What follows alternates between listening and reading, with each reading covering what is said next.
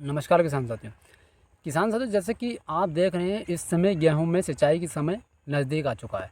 तो ऐसे में हमारे किसान साथियों के दिमाग में एक ही ख्याल रहता है कि भैया इस बार गेहूं की फसल में कौन से ऐसे खाद डाले जाएं जिससे कि जो उसकी पैदावार है वो भी बढ़े, साथ में जो गेहूं की क्वालिटी है वो भी काफ़ी इम्प्रूव हो, ताकि जब हम उसको मार्केट के अंदर लेके जाएँ तो यहाँ पर हमें उसका जो रेट है वो भी अच्छा मिले। क्योंकि देखिए भैया, जितनी बढ़िया आपकी पैदावार होगी और आपकी उत्पादन क्षमता यानी माल की जो क्वालिटी होगी बेहतर होगी, तो ही आपको यहाँ पर रेट बढ़िया मिल सकता है। और जब आपको यहाँ पर रेट बढ़िया बढ़िया मिलेगा तो जाहिर सी बात है आपकी इनकम भी यहाँ पर अच्छी होने वाली है। तो सबसे पहले आप जानते हैं गेहूं में जो सिंचाई की जाती है वो लगभग 21 से 28 दिन का जब हमारा गेहूं हो जाता है, अधिकतर किसान हमारे सिंचाई जब करते हैं। लेकिन कभी कभी मैंने ये देखा है कि सिंचाई जो होती है वो गेहूँ जिस ज़मीन में हमने बो रखा है वो ज़मीन के ऊपर निर्भर करता है। जैसे कि अगर मैं रेतीली ज़मीन की बात करूँ, रेतीली ज़मीन में क्या होता है कि हमें यहाँ सिंचाई हो सकता है, कभी कभी उसके अंदर नमी कम रहती है, तो हमें यहाँ पर क्या होता है 21 दिन से पहले भी सिंचाई करनी पड़ जाती है। तो सिंचाई का जो फंडा होता है वो निर्भर करता है हमारी ज़मीन के ऊपर कि किस तरीके की भूमि के अंदर हमने गेहूँ को यहाँ पर बोया है। चलिए अब बात कर लेते हैं कि अगर हम सिंचाई करने के लिए जा रहे हैं तो पहले सिंचाई के समय हमें कौन कौन से ताकतवर खाद डालने हैं जिससे कि हमारे गेहूँ की उत्पादन क्षमता बढ़े, साथ में पैदावार और माल की क्वालिटी सारी की सारी इंप्रूव होनी चाहिए, बढ़िया होनी चाहिए, ताकि आगे आने वाले समय में हमें उत्पादन क्षमता तो बढ़िया निकले, साथ में जो हमें रेट मिले माल का वो भी काफ़ी बेहतरीन यहाँ पर मिले।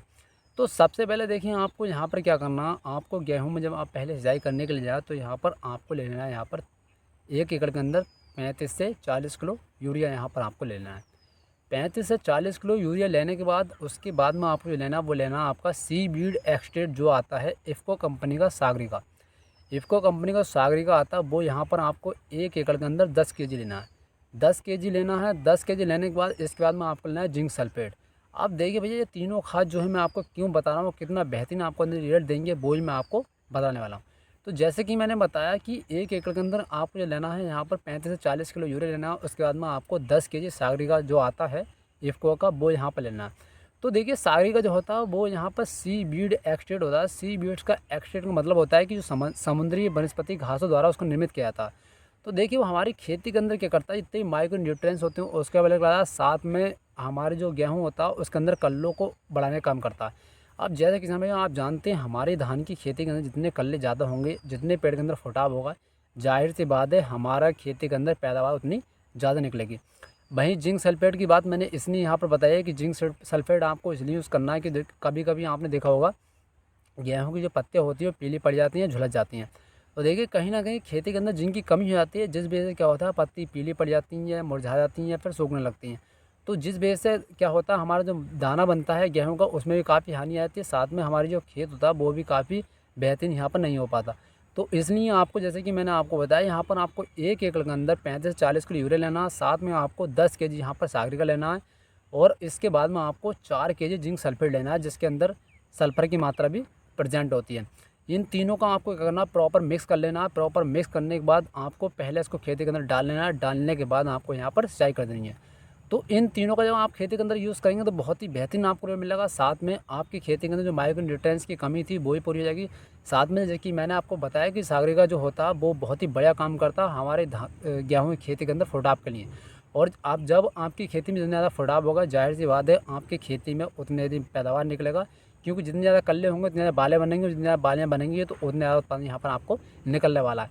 साथ में हमने जिंक सल्फेट का यूज़ इसलिए करना है कि जिंक सल्फेट का यूज़ करने से होगा कि जो गेहूँ की पत्तियाँ पीली पड़ जाती हैं या पीलेपन की शिकायत आती है गेहूँ में, या फिर पत्तियाँ झुलसने लगती हैं, पत्ते पीले पीले धब्बे आते हैं, तो उसकी कमी और सल्फर की कमी को पूर्ति करने के लिए यहाँ पर हम जिंक सल्फेट डाल देंगे जो कि मोनो जिंक के नाम से भी आपको मिल सकती है।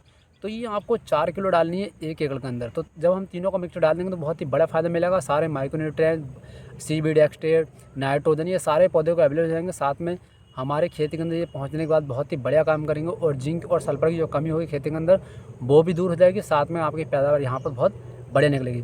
तो किसान भाई आप जरूर चलिए एक बार खेती के अंदर इस्तेमाल करें, बहुत ही बढ़िया आपको रेट मिलेगा इसका और काफ़ी अच्छा इसका फ़ायदा आपको खेती में होने वाला है। तो जब भी आप गेहूँ की खेती में सिंचाई करने जाएँ पहले एक दिन पहले इसको आप खेती में डाल देंगे, शाम को इसको बखेरने के बाद सुबह में आप गेहूँ में सिंचाई कर सकते हैं। बहुत ही बढ़िया आपको फ़ायदा मिलने वाला है, साथ में आपकी पैदावार, माल की क्षमता, उत्पादन क्वालिटी वो भी काफ़ी इंप्रूव होगी, ताकि जब आगे चल कर आप इसको मार्केट के अंदर लेके जाएँ तो आपको काफ़ी बढ़िया रेट मिले और आपकी जो आय है, जो इनकम होने वाली है वो भी काफ़ी अच्छी होने वाली है। तो किसान भाई वीडियो अच्छी लगी वीडियो को लाइक कर देना और चैनल पर अगर नहीं जुड़े हैं चैनल को सब्सक्राइब भी कर देना ताकि इस तरीके की और वीडियो भी आपके पास पहुँच सके। धन्यवाद।